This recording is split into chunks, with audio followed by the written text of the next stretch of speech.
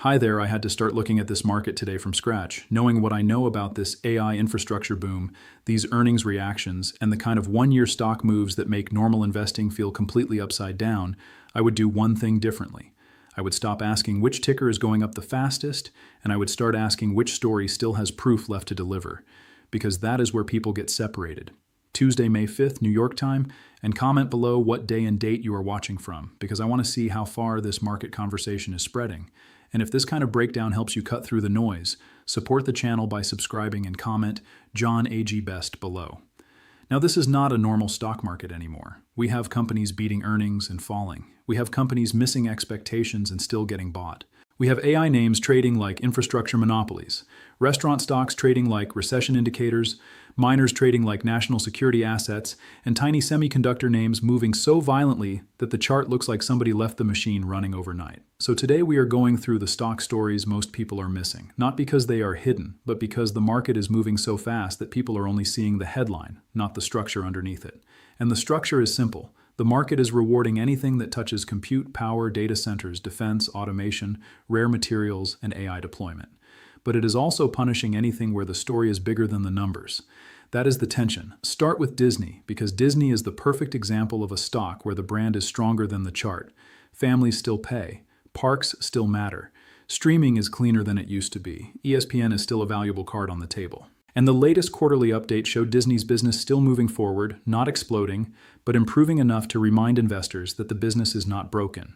But here is the problem. A famous brand does not automatically create a great trade. Disney has to prove that the turnaround is not just cost-cutting, not just better messaging, not just people hoping the magic comes back. It needs margin proof. It needs streaming proof. It needs parks demand to hold, even when the consumer is tired. That is why Disney can be a great company emotionally and still be a frustrating stock financially. Now zoom out to the broader market. The tape is mixed, but not dead. Some names are strong, some names are tired. Geopolitical headlines are flying around, and every few hours the story changes. Escalation, de-escalation, then a new version of the same panic. But markets eventually learn to separate headlines from earnings, and right now, earnings are the main event. That brings us to Palantir. Before the report, the fear was obvious. The company could put up a strong quarter, and the stock could still do nothing. That sounds strange, but it happens all the time when a stock has already run hard. The business can win while the stock pauses, because the stock already borrowed excitement from the future.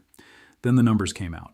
Based on recently published numbers, Palantir delivered one of those reports that makes the AI software debate harder to ignore. Total revenue jumped sharply. The US business more than doubled. Government demand stayed powerful. Commercial demand in America grew even faster. Management raised the full-year outlook, and the company showed that customers are not just testing AI tools, they are turning them into operating systems for real work. And yet the immediate stock reaction was not some clean victory lap. That is the lesson. Great earnings do not erase valuation. If investors already priced in perfection, then even a beautiful report can create a pause. That does not mean the story is dead. It means the market is asking the next question. Can this pace continue without the company spending aggressively to support it? Now, AMD is the next major test. AMD is not just a chip earnings report. AMD is a checkpoint for the entire AI complex. If AMD confirms strong data center demand, strong accelerator interest, and better visibility into its AI roadmap, then investors will not only look at AMD, they will look at every company connected to AI capacity. AMD had already guided investors toward a strong first-quarter revenue base, and its next update was scheduled right in the middle of this AI earnings storm, because AI is not one stock. It is chips, servers, networking, optics, circuit boards, power, cooling, real estate, software, security, and integration. And recently, that supply chain has become the market inside the market. Intel is part of that same argument. The company recently showed revenue growth again. And even though the business is still not perfectly fixed, the market suddenly cares about CPUs, foundry optionality, and whether Intel can matter inside the AI build-out. A stock that runs hard can absolutely pull back, but if the pullback gets bought, that tells you investors are not finished with the story. Nokia fits here too, and this is where things get interesting. For years, people looked at Nokia like an old telecom name. Slow, boring. Not exactly the place where growth investors go looking for fireworks. But AI data centers need fast connections, optical networks, routing, and reliable movement of data. Recent results showed optical networks growing strongly, helped by AI and cloud orders. So suddenly Nokia is not just a phone-era memory, it is part of the data center plumbing conversation. And plumbing matters. The same is true for Fabrinet, Lumentum, TTMI, AXT, and Penguin Solutions.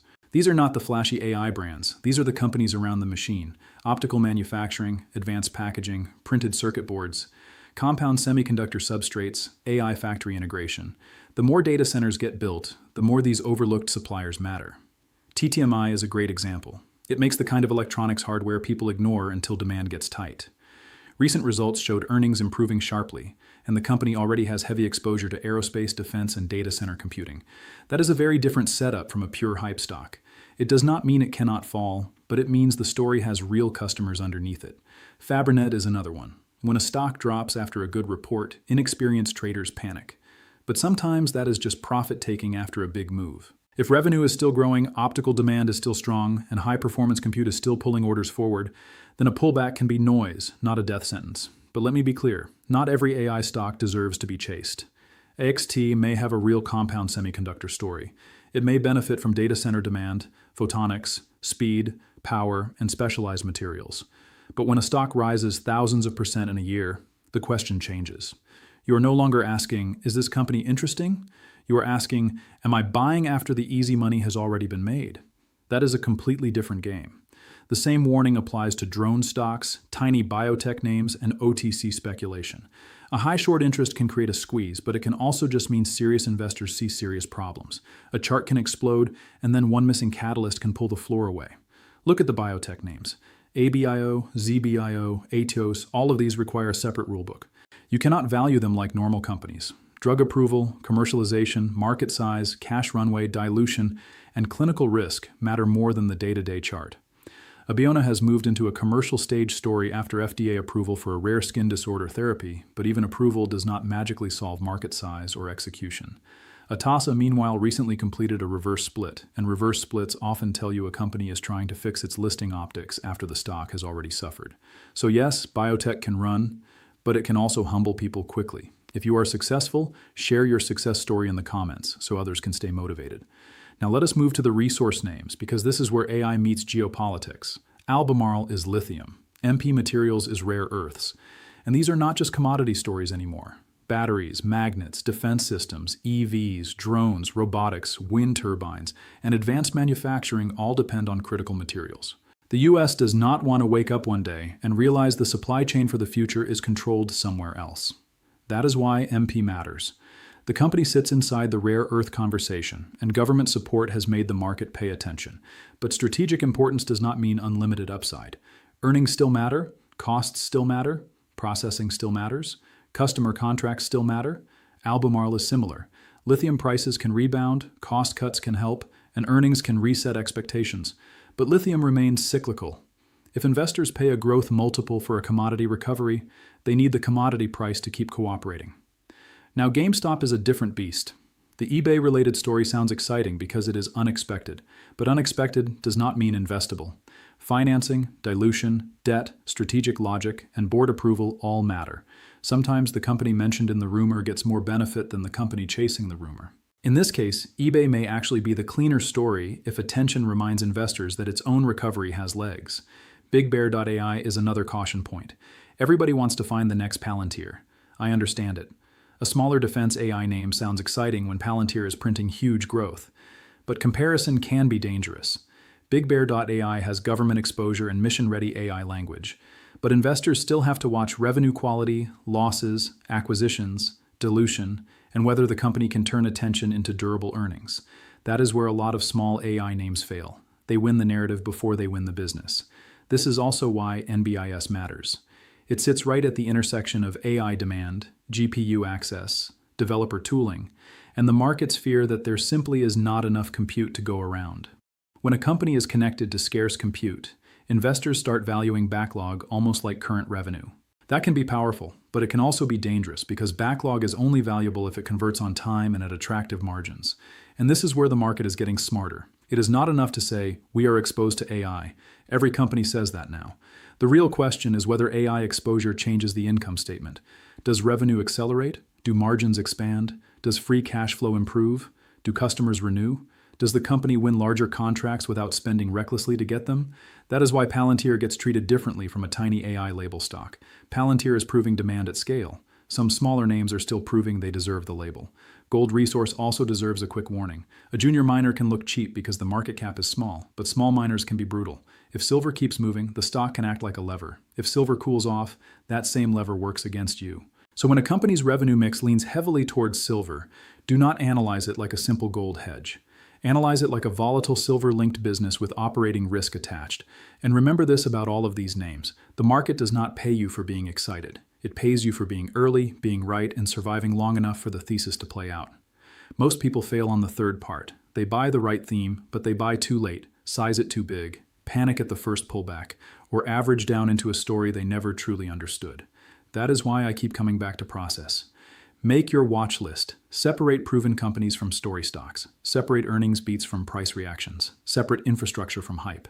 And before you hit buy, ask yourself the uncomfortable question. If this stock drops hard tomorrow, do I understand it well enough to know whether that is a sale or a warning? Because if you do not know that before the drop, you definitely will not know it during the drop. That part matters now. Now let us talk about the Bitcoin miners turning into AI infrastructure companies. IREN and Applied Digital may be two of the most interesting examples in the market. They already understand power, facilities, machines, and scale. That matters because AI data centers are not just buildings. They are power-hungry industrial assets. Electricity demand from data centers surged last year, and AI-focused facilities grew even faster.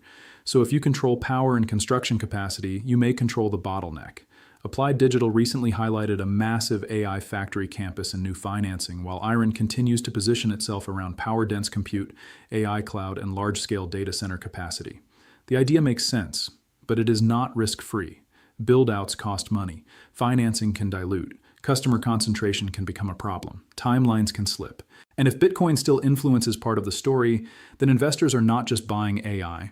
They are buying a hybrid machine with two engines. Wingstop is the reminder that not everything has to be AI. It is a good business facing a tougher consumer. Recent guidance pointed to weaker domestic same-store sales, even while global unit growth remained strong. That means the long-term store story can still be alive, while the near-term customer is clearly under pressure. If traffic improves, the stock can repair. If consumers keep pulling back, valuation has to keep adjusting. Twilio is the cleaner software reset story. Recent results showed revenue growing at a healthier pace, operating income improving sharply, and free cash flow staying positive. And conversational AI could create new demand for messaging, voice, verification, and customer engagement tools. But after a fast move, the market may still need digestion. So what is the big takeaway? This market is not random. It is sorting companies into two buckets. One bucket has real demand, real contracts, real infrastructure, real customers, and real earnings leverage. The other bucket has excitement, short interest, rumors, and maybe a catalyst. Both can go up. Only one is easier to survive. So do not just chase the biggest chart. Ask what the company sells. Ask who needs it. Ask whether demand is already in the numbers. Ask whether the balance sheet can support the dream. Ask whether the move has already priced in the next 3 good headlines. That is how you protect yourself in a market where everything looks like opportunity until the music stops. Because the stories you are missing are not always quiet. Sometimes they are screaming right in front of you, moving too fast, daring you to confuse momentum with certainty. This is for education and market discussion only. I am sharing how I think through these setups, not telling you what to buy, sell, or hold. Always do your own work, respect risk, and never let a hot stock make decisions for your family's money.